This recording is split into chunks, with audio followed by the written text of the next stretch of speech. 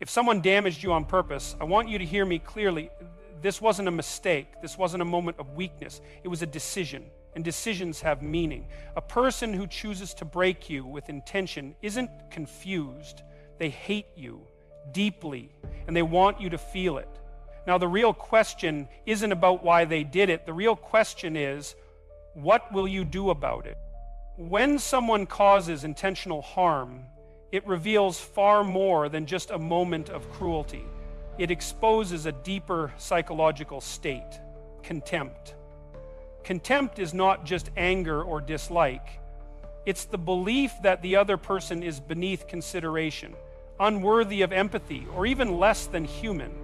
And once that belief takes root in someone's heart and mind, it becomes fertile ground for destructive behavior. People don't damage others intentionally unless they've first stripped them of value in their internal framework. That's why intentional harm is one of the clearest signs of deep-seated hatred. To intentionally harm someone, a person must go through a process of mental justification. They don't just act, they rationalize the act beforehand. They tell themselves stories. They deserved it. They're weak.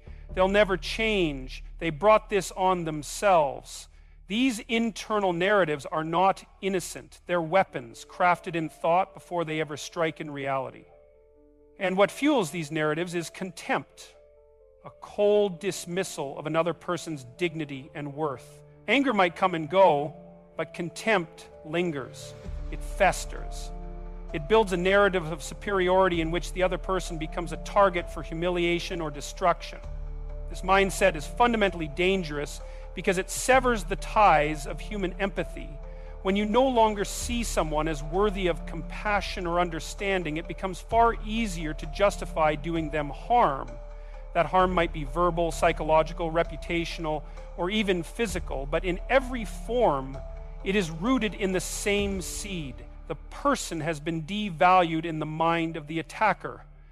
They are seen not just as flawed, but as deserving of pain. That is the logic of contempt. And here's what's most terrifying about it. It can be masked.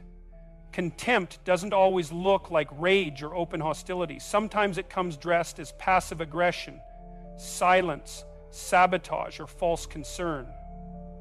A person who secretly loathes you might still smile to your face, but their actions will tell the truth.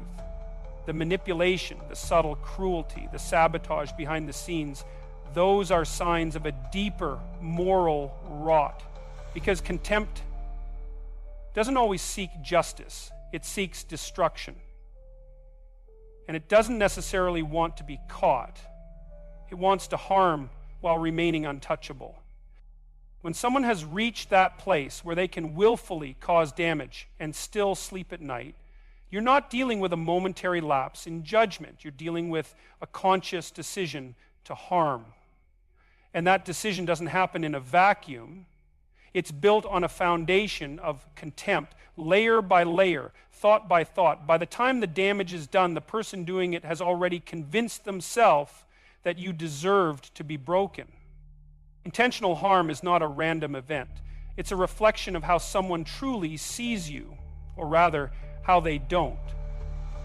And once someone's contempt has reached that depth, it's a sign that you're not safe in their presence because they've already decided you're not worth protecting.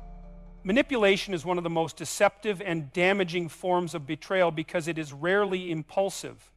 It is carefully thought out, layered in false kindness or emotional games, and designed to benefit the manipulator at the expense of someone else's clarity, security, or trust. What makes manipulation so insidious is not just that it causes harm, but that it is often carried out under the illusion of connection, affection, or even loyalty. That illusion is the trap. Behind it lies premeditated betrayal, the choice to deceive someone for selfish gain. To manipulate someone is to treat them as a means rather than an end. It's to view their feelings, choices, and vulnerabilities not as things to respect, but as levers to pull. The manipulator studies your patterns. They listen not to understand, but to exploit.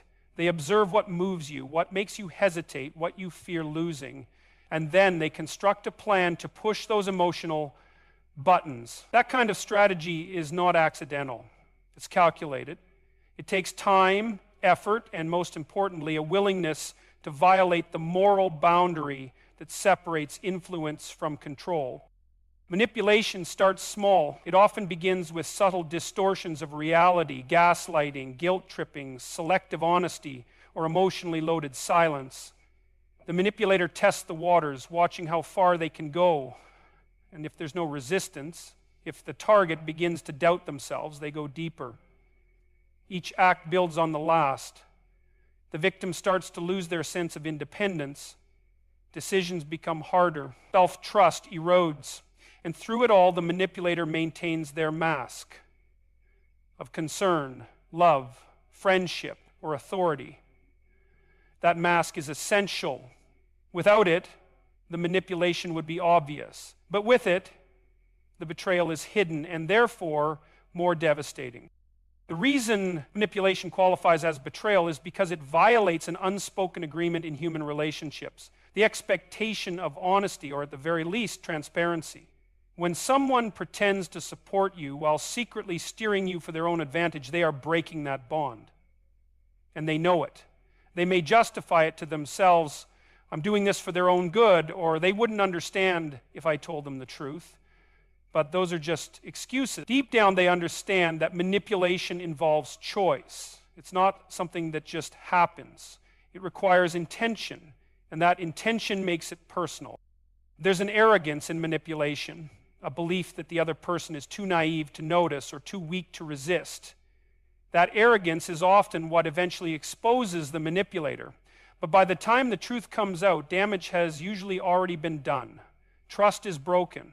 The manipulated person is left questioning not just the manipulator's motives, but their own judgment. That internal fallout, the self-doubt, the guilt, the emotional confusion is often worse than the initial act. Manipulation at its core is a betrayal of reality. It replaces truth with control, respect with strategy, and intimacy with advantage. It is betrayal, not just of another person's trust, but of the very idea that relationships should be based on mutual respect and truth. And when someone manipulates you, they are not just lying to you, they are deciding that your autonomy is theirs to use. When someone truly harbors ill intent toward you, they don't waste time attacking what's superficial. They go straight for the core. What you love, what you've built, what defines you.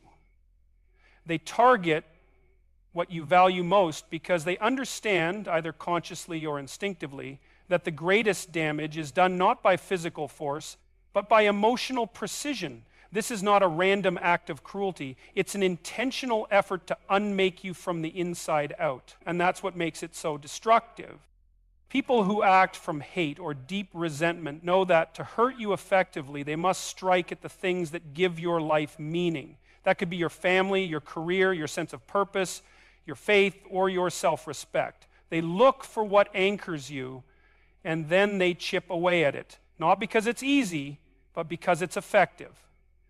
It destabilizes you. It throws you into a state of doubt, confusion, or despair. And that's the goal.